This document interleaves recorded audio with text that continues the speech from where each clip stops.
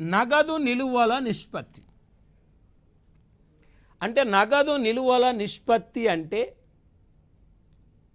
CRR cash reserve ratio. CRR cash reserve ratio అని దేన్ని అంటామంటే వాణిజ్య బ్యాంకులు సేకరించిన డిపాజిట్లలో కొంత శాతం డిపాజిట్లు ఆర్బీఐ దగ్గర తాకడి పెట్టడాన్ని నగదు నిలువల నిష్పత్తి అంటారు.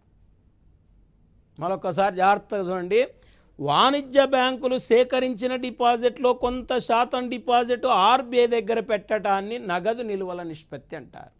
ఇప్పుడు ఎకానమీలో ద్రవ్యోల్బణం ఉంది. ఈ ద్రవ్యోల్బణాన్ని అరికట్టడానికి రిజర్వ్ బ్యాంక్ ఆఫ్ ఇండియా ఏం చేస్తుందంటే సిఆర్ఆర్ను పెంచుతుంది.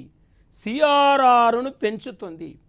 ఈ సిఆర్ఆర్ను పెంచినప్పుడు ఈ వాణిజ్య బ్యాంకులు సేకరించిన డిపాజిట్ ఆర్బీఐ దగ్గర ఎక్కువ తాకడి పెట్టాలి.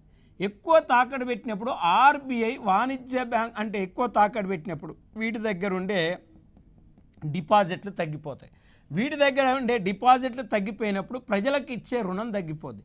ప్రజలకు ఇచ్చే రుణం తగ్గిపోయినప్పుడు ప్రజల్లో కొనుగోలు శక్తి తగ్గిపోద్ది. ప్రజల్లో కొనుగోలు శక్తి తగ్గిపోయినప్పుడు ధరలు తగ్గిపోతాయి.